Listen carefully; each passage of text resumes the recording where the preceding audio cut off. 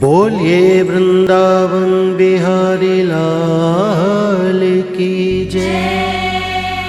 बोलिए मोर मुकुट बंसी वाले की जय।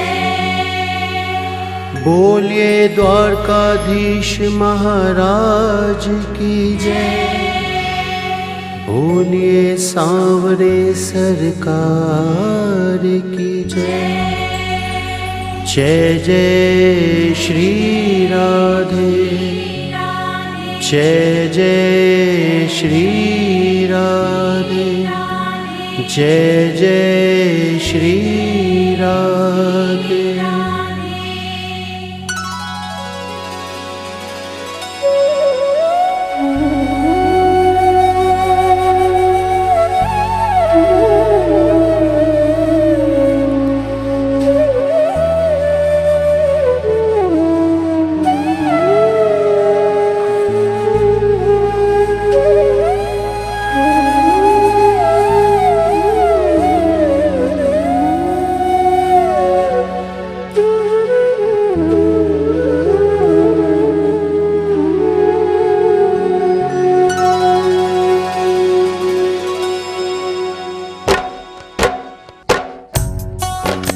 भावना की ज्योत को जला के देखिए और बोलती है मूर्ति बुला के देखिए। इन पंक्तियों में जो सच्चाई छुपी है कि भक्त और भगवान का रिश्ता क्या होता है।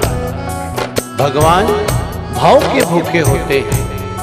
जैसे श्री राम जी ने शबरी के जूठे बेर खाए, किस तरह भगवान श्री कृष्ण ने विदुर के घर साग और रोटी खाई, किस तरह श्री कृष्ण ने अपने बाल सखा सुदामा के कच्चे चावल खाए।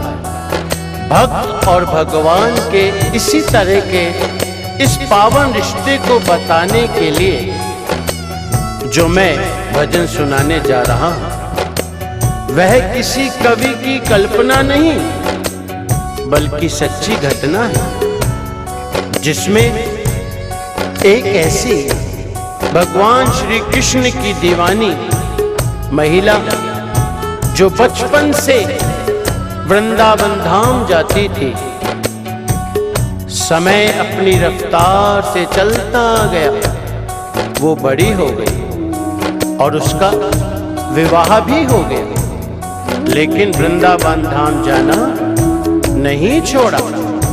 थोड़े समय बाद प्रभु की असीम कृपा से बाल गोपाल हो गए, मगर फिर भी वृंदावन जाना नहीं छोड़ा। समय बीतता गया, बच्चों की भी शादी हो गई, मगर वृंदावन धाम जाना नहीं छोड़ा। नाती पोते हो गए, फिर भी वृंदावन धाम जाना नहीं छोड़ा।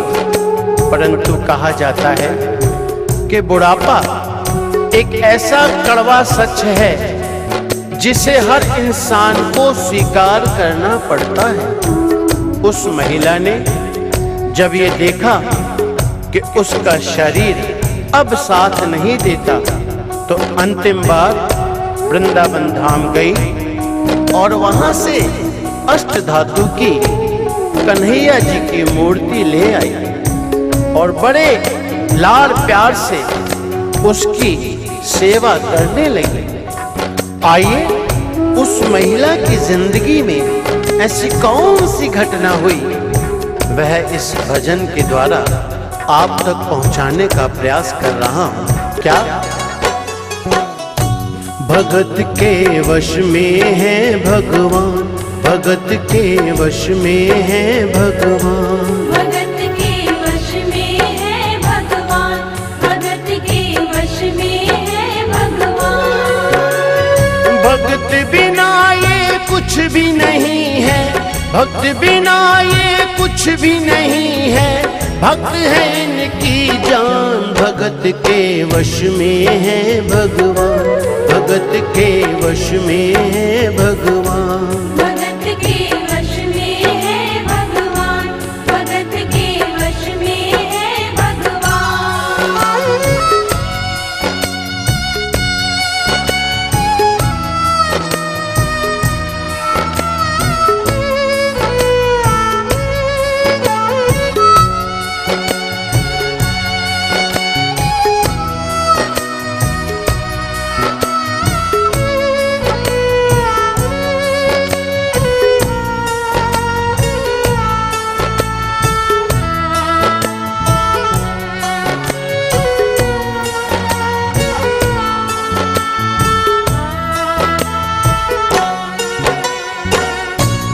भगत मुरली वाले की रोज वृंदावन डोले।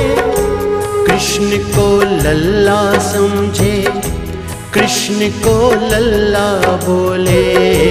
कृष्ण को लल्ला समझे, कृष्ण को लल्ला बोले। श्याम के प्यार में पागल हुई वो श्याम दीवानी।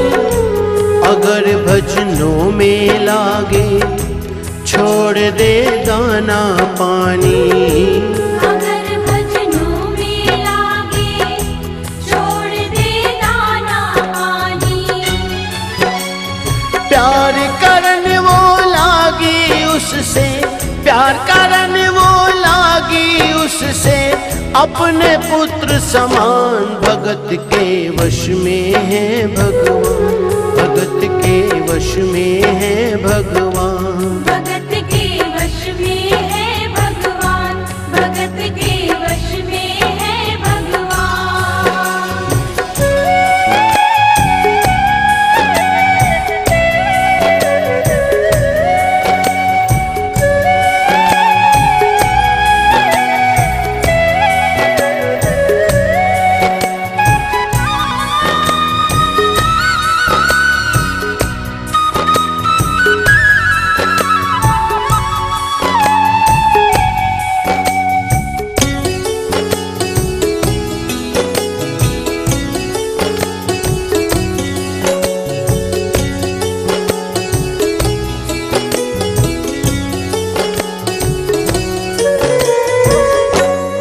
अपने कृष्ण लला को गले से लगा कर रखे, हमेशा सजा कर रखे, के लाड लड़ा कर रखे। हमेशा सजा कर रखे, के लाड लड़ा कर रखे। वो दिन में भाग के देखे, रात में जाग के देखे। कभी अपने कमरे से श्याम को झांक के देखे। कभी अपने कमरे से शाम को झांक के देखे। अपनी जान से ज्यादा रखती, अपनी जान से ज्यादा रखती अपने लला का ध्यान। भगत के वश में है भगवान, भगत के वश में है भगवान। भगत के वश में है भगवान, भगत के वश में है भगवान।